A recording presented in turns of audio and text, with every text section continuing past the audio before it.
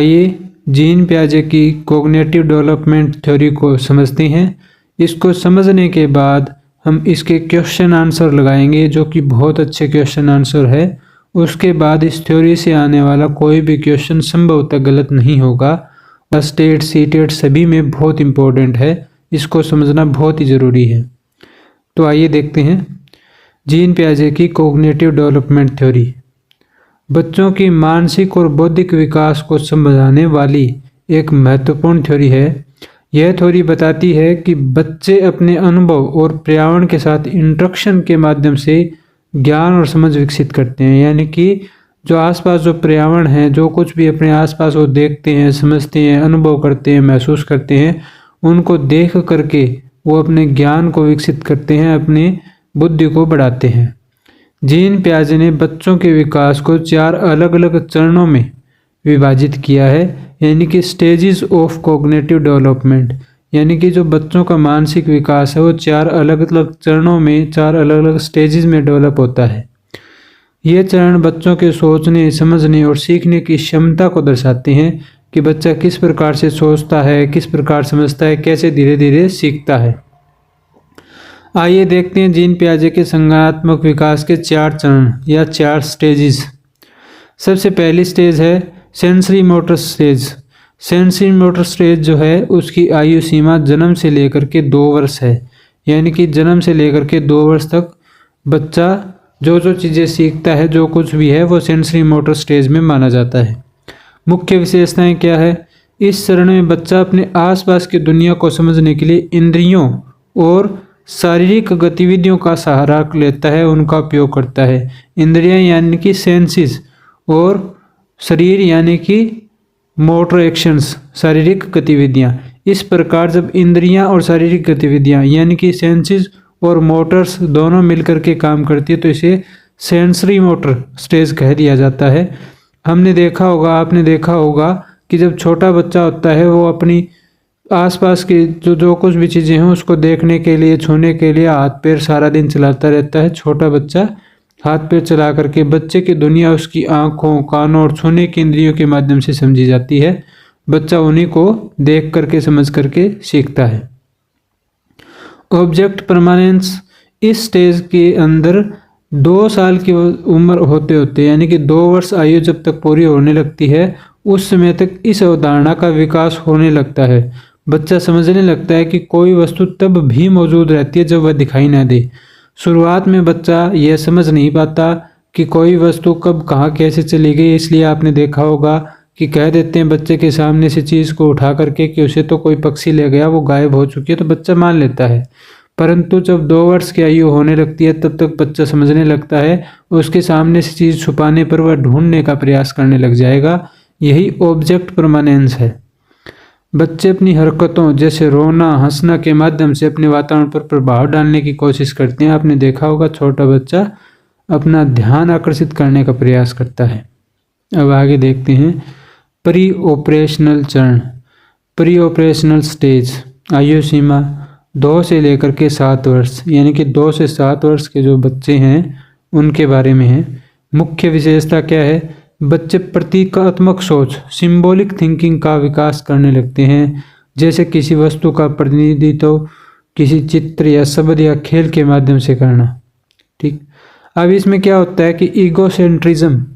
इस अवस्था में बच्चे खुद को केंद्र मानते हैं और दूसरों के दृष्टिकोण को समझने में असमर्थ होते हैं। यानी कि आपने देखा होगा कि जो छोटे बच्चे होते हैं वो खुद को ही सब कुछ समझते हैं। वो समझते हैं कि उनके दोस्त उनके आसपास है, बस उतनी ही दुनिया है। यदि आप उनसे बात करोगे तो वो अपने दोस्तों के बारे में, अपने परिवार के बारे में बात करेंगे। जब आप पूछोगे आपका दोस्त कौन है तो वो हैरानी से आपको देखेगा, उसको हैरानी होगी कि आप उसको भी नहीं जानते। क्यों नहीं जानते? वो तो बहुत अच्छा दोस्त है मेरा। यानी कि वो, इससे क्या पता चल रहा है कि ईगोसेंट्रिज्म, यानी कि मैं जो जानता हूँ वही दुनिया है और मेरी दुनिया को कोई नहीं जानता तो वो कुछ भी नहीं जानता है। यानी कि वो दुनिया में बहुत कम चीज़ें जानता है। ये ईगोसेंट्रिज्म की भावना होती है। आगे आता है एनिज्म। बच्चे एनिज्म या जीववाद। बच्चे मानते हैं कि निर्जीव वस्तुएं भी जीवित हैं और भावनाएं रखती हैं। जैसे कि बच्चे को टेबल से चोट लगी तो आप उसको टेबल को चोट मारोगे, थप्पड़ लगाओगे और कहोगे कि मैंने इसको पीट दिया, अब इसको दर्द हो रहा है। तो वो बच्चा सोचेगा कि हाँ सचमुच इसको दर्द हो रहा है, इसको सज़ा मिली है, और खुश हो जाएगा। ये एनिज्म है।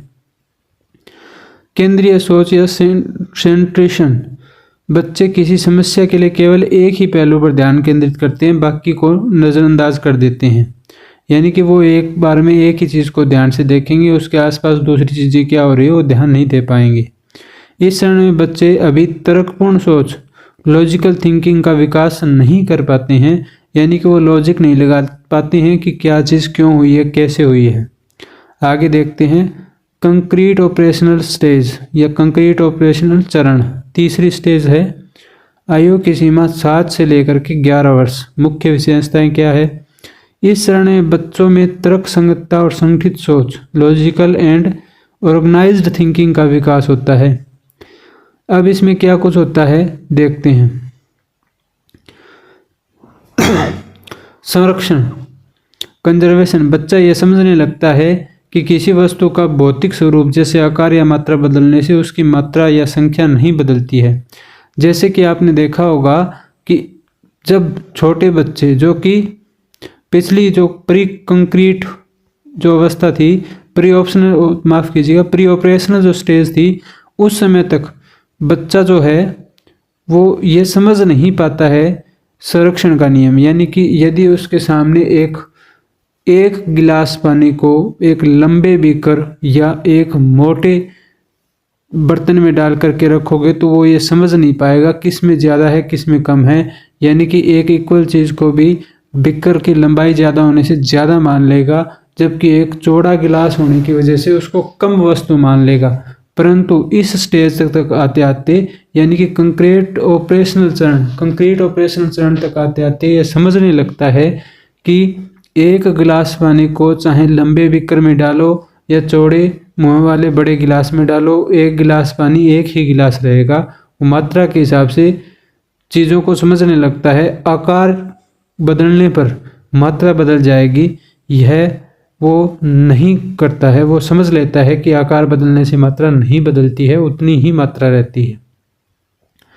बच्चे डीक्लासिफिकेशन और रिवर्सिबिलिटी की अवधारणा सीख लेते हैं। डीक्लासिफिकेशन का मतलब ये है कि बच्चे त्रिकोणाकृति, गोलाकृति, इन सब आकृतियों को पहचानने लगते हैं और अलग अलग समूह एक अलग कर सकते हैं। गोलाकार वस्तुओं को अलग कर सकते हैं, चतुर्भुज चीज़ों को अलग कर सकते हैं।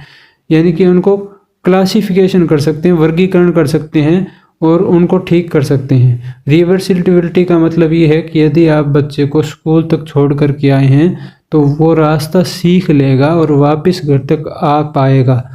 लेकिन इसकी कुछ आलोचना भी है, वो आगे देखेंगे, क्योंकि अलग अलग बच्चों में अलग अलग स्टेज होती है। कुछ बच्चे ऐसा नहीं कर पाते हैं। ज़्यादातर बच्चे रिवर्सिबिलिटी सीख लेते हैं। यानी कि यदि उनको बताओगे, एक बार कहीं का रास्ता बता दोगे, स्कूल से घर जाने का, स्कूल से पार्क जाने का, तो वापस आने का रास्ता खुद ब खुद सीख लेंगे, समझ लेंगे। इस चरण में बच्चे समस्याओं को हल करने और समझने के लिए ठोस चीज़ों पर निर्भर रहते हैं। यानी कि वो ज़्यादातर जो कंक्रीट ऑब्जेक्ट्स हैं उनके सामने, उन पर ज़्यादा निर्भर रहते हैं। जो कुछ भी आप उनको दिखाओगे, समझाओगे, वो उनसे समझ पाएंगे, लेकिन अपने आप कल्पना शक्ति का विकास करके कल्पना से सोच नहीं पाते हैं। जैसे कि आपने कहा अमेरिका बहुत दूर है, तो वो समझ नहीं पाएंगे उसको। मैप दिखाओगे या कुछ ऐसा दिखाओगे जिससे कि वो इमेजिन देख पाएँ तो वो समझ पाएंगे। बच्चे अपने दृष्टिकोण के साथ दूसरों के दृष्टिकोण भी समझने में सक्षम हो जाते हैं। यानी कि अब बच्चे धीरे धीरे ये समझने लगते हैं कि सिर्फ हमारी जितनी ही दुनिया नहीं है, दुनिया और भी बड़ी है।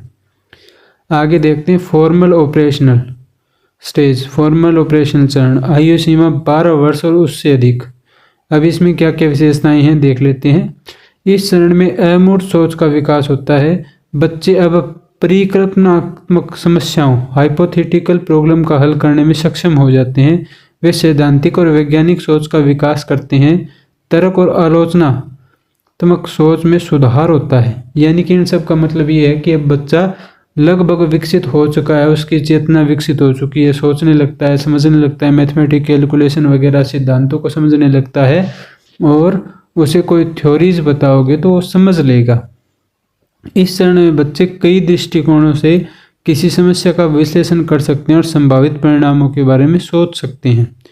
अब पियाजे की थ्योरी के कुछ सिद्धांत दिए थे उसने, यानी कि यदि कोई एक जो अलग अलग स्टेजेस हैं उसमें कुछ सिद्धांत है, देखते हैं कौन कौन से सिद्धांत है। सबसे पहला है स्कीमा। स्कीमा क्या होता है? स्कीमा मानसिक ढांचे हैं जिनका उपयोग व्यक्ति जानकारी को व्यवस्थित और व्यवस्था रखने के लिए करता है। यानी कि इसका मतलब ये है कि स्कीमा को आप याददाश्त मान सकते हैं। आपने या किसी बच्चे ने कुत्ता देखा तो मन में एक चित्र बना लेगा, एक अपने आप में इमेज बना लेगा कि एक कुत्ता होता है, उसकी एक पूंछ होती है, 4 पाँव होते हैं, एक मुंह होता है, उसके 2 कान होते हैं, 2 आंखें होती है, ऐसी आकृति होती है। वो सारी आकृति को एक याद के रूप में, एक चित्र के रूप में सेव कर लेगा, चित्र के रूप में मन में बैठा लेगा। जो चित्र के रूप में मन बैठाया है उसे स्कीमा कहते हैं। वो जो चित्र है वही स्कीमा है। बच्चे नई चीज़ सीखने के लिए पुराने स्कीमा को बदलते या नए स्कीमा बनाते रहते हैं। यानी कि जो पहले जो स्कीमा बनाया है, जैसे कि कुत्ता है उसका चित्र उसने दिमाग में बनाया, इस प्रकार का कुत्ता होता है, काले रंग का होता है, 4 टांगें होती है, पूंछ होती है, 2 कान होते हैं, 2 आँख होती है, आदि आदि। वो एक ढांचा बना लिया। अब उसमें बदलाव करना तो उसमें बदलाव भी करते हैं, नया स्कीमा भी बनाते हैं। जैसे बिल्ली देखी तो उसका नया स्कीमा बना लिया, या कुत्ते का दूसरा रंग देखा तो अपना स्कीमे में कुछ बदलाव कर लिया। अब ये बदलाव कैसे करता है? बदलाव 2 तरीके से करता है, एक अधिग्रहण, दूसरा समायोजन। यानी कि असिमिलेशन और अकोमोडेशन, ये 2 तरीके से अपना बदलाव करता है। अधिग्रहण या असिमिलेशन क्या है?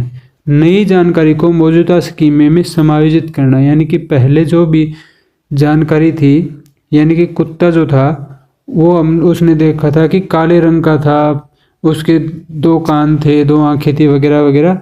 अब उसने देखा कि एक सफ़ेद रंग का कुत्ता है। उसने कहा कि ये क्या है? तो उसकी माताजी ने, उसके जो पेरेंट्स हैं उन्होंने बताया कि ये भी कुत्ता है और ये सफ़ेद रंग का है। तो इसने नई जानकारी जो है वो पुराने जानकारी के अंदर ऐड कर ली कि काले रंग का नहीं, सफ़ेद रंग का भी कुत्ता हो सकता है।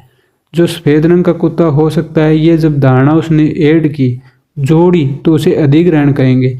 समायोजन क्या होता है कि जब वो पार्क में गया, उसने एक बिल्ली को देखा, उसने कहा कि देखिए एक छोटा कुत्ता है या अलग तरह का कुत्ता है, ये तो भौंकता नहीं है या ऐसा कुछ। तो उसकी माताजी ने या उसके पेरेंट्स ने उसे बताया कि कुत्ता नहीं है, ये बिल्ली है। अब उसने एक नई जानकारी जोड़ ली है, उसे समायोजन या अकोमोडेशन कहेंगे। जब नई जानकारी बनाई है कि एक बिल्ली होती है, उस इस प्रकार के लक्षण होते हैं, ऐसा चित्र होता है, नया चित्र बनाना समायोजन है। जो पुराना चित्र बना है उसमें ही कुछ नई जानकारी जोड़ रहे हैं तो अधिग्रहण है।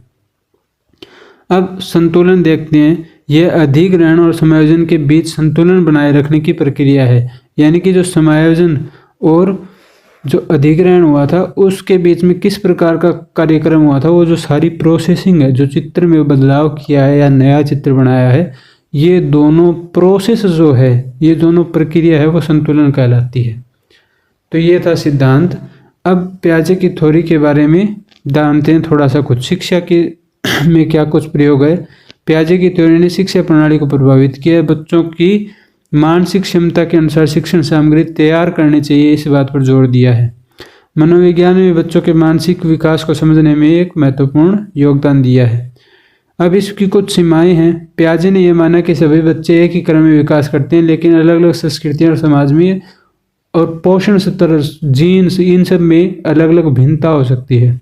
उनकी थ्योरी बच्चों की संज्ञानात्मक क्षमताओं को कम आंकती है। कुछ बच्चे ज़्यादा तेज तर्क, ज़्यादा समझदार हो सकते हैं। उन्होंने वयस्कों की भूमिका और सामाजिक प्रभाव को कम कर दिया है। यानी कि कुछ समाज ऐसे होते हैं जिनमें ज़्यादा बौद्धिक कौशल होता है, बच्चों को ज़्यादा जल्दी ट्रेन कर देते हैं। कुछ समाज ऐसे होते हैं जिनमें बहुत समय तक ट्रेनिंग नहीं मिल पाती, तो बच्चे धीरे धीरे विकसित होते हैं। ठीक है। अब पियाजे की थ्योरी पर आधारित 40% उत्तर देख लेते हैं। इसके बाद पियाजे की थ्योरी पर कोई भी क्वेश्चन ऐसा नहीं बचेगा जिसको आप हल न कर पाएँ। उम्मीद है ये वीडियो आपको अच्छी लग रही होगी। अच्छी लग रही है तो लाइक ज़रूर कर दें और चैनल को सब्सक्राइब करके कमेंट ज़रूर करें। अब ये जो क्वेश्चन आंसर आ रहे हैं, अब तो इसका आंसर आपने देख लिया है। बाकी जो क्वेश्चन आए उनके आंसर आप कमेंट बॉक्स में ज़रूर लिखें ताकि आपकी प्रैक्टिस हो सके। एनिमेशन या जीववाद की स्टेज की विशेषता है प्री ऑपरेशनल स्टेज की। इस स्टेज में बच्चे मानते हैं कि निर्जीव वस्तुएं भी जीवित होती है और भावनाएं रखती हैं। ऑब्जेक्ट परमानेंस का विकास किस स्टेज में होता है? Pre operational, formal operational, sensory motor, concrete operational. Sensory motor, इस चरण में बच्चे यह समझने लगते हैं कि वस्तुएं और उनके दृश्य से गायब होने पर भी मौजूद रहती है। बच्चों की ईगोसेंट्रिज्म किस स्टेज से संबंधित है? Pre operational stage. इस स्टेज में बच्चे खुद को केंद्र मानते हैं और दूसरों का दृष्टिकोण समझने में कठिनाई महसूस करते हैं। कंक्रीट ऑपरेशनल स्टेज में कौन सा कौशल विकसित होता है? रिवर्सिबिलिटी। इस चरण में बच्चे किसी प्रक्रिया को उलटकर देखने की क्षमता विकसित करते हैं। संरक्षण की अवधारणा का विकास किस स्टेज में होता है? कंक्रीट ऑपरेशनल में। इस स्टेज में बच्चे समझने लगते हैं कि वस्तु का स्वरूप बदलने पर उसकी मात्रा स्थिर रहती है। अमूर्त सोच का विकास, एब्स्ट्रैक्ट थिंकिंग का विकास कौन से स्टेज में होता है? फॉर्मल स्टेज में। इस स्टेज में बच्चे अमूर्त और परिकल्पनात्मक सोच विकसित करते हैं। सेंट्रिज्म किस स्टेज की विशेषता है? प्री ऑपरेशनल की। इस चरण में बच्चे किसी समस्या के केवल एक पहलू पर ध्यान केंद्रित करते हैं। कौन सी स्टेज मुख्यतः हेड्स ऑन लर्निंग पर निर्भर करती है? Concrete operational. इस स्टेज में बच्चे ठोस वस्तुओं के साथ काम करके समस्याओं को समझते हैं। समायोजन, अकोमोडेशन किस प्रक्रिया को दर्शाता है? मौजूदा स्कीमा बदलना। समायोजन के दौरान बच्चे अपने ज्ञान को नई जानकारी के अनुसार बदलते हैं। पियाजे की थ्योरी के अनुसार बच्चे क्लासिफिकेशन किस स्टेज में सीखते हैं? कंक्रीट ऑपरेशनल में। इस स्टेज में बच्चे वस्तुओं को समूह में विभाजित करना और वर्गीकरण करना सीख लेते हैं। फॉर्मल ऑपरेशनल स्टेज कौन सी सोच विकसित होती है? परिकल्पनात्मक सोच। इस स्टेज में बच्चे समस्याओं का हल संभावनाओं के आधार पर करते हैं। स्कीमा का उपयोग किसके लिए किया जाता है? जानकारी व्यवस्थित और व्याख्या करने के लिए। स्कीमा मानसिक ढांचे या मानसिक चित्र होते हैं जिनसे व्यक्ति चीज़ों को समझता है। अधिग्रहण, अकोमोडेशन क्या है? नई जानकारी को मौजूदा स्कीमा में समायोजित करना। अधिग्रहण के दौरान नई जानकारी मौजूदा ढांचे में फिट हो जाती है। ईगोसेंट्रिज्म का सबसे अच्छा उदाहरण क्या है? बच्चा मानता है कि हर कोई वही देखता है जो वह देखता है। यह प्री ऑपरेशनल स्टेज की विशेषता है। डिस्क्लासिफिकेशन का विकास किस स्टेज में होता है? कंक्रीट ऑपरेशनल में। इस स्टेज में बच्चे वस्तुओं को कई मानदंडों पर वर्गीकृत कर सकते हैं। सबसे पहली बार तर्कसंगत सोच कब विकसित करते हैं? कंक्रीट ऑपरेशनल में। इस स्टेज में बच्चे ठोस स्थितियों पर तर्कसंगत सोच का उपयोग करते हैं। बच्चों में परिकल्पनात्मक तर्कशीलता सोच किस स्टेज में आती है? फॉर्मल ऑपरेशनल में। इस स्टेज में बच्चे अमूर्त समस्याओं को हल करने में सक्षम होते हैं। कौन सा चरण केवल इंद्रियों और शारीरिक क्रियाओं पर आधारित है? Sensory motor. इस चरण में बच्चे इंद्रियों और गतिविधियों के माध्यम से सीखते हैं। बच्चों का एनिज्म किस आयु वर्ग में अधिक प्रचलित होता है? 2 से 7 वर्ष। यह प्री ऑपरेशनल स्टेज का हिस्सा है। संतुलन या इक्विलिब्रेशन का उद्देश्य क्या है? अधिग्रहण और समायोजन के बीच संतुलन बनाए रखना। संतुलन प्रक्रिया बच्चों के ज्ञान को स्थिर रखने में मदद करती है।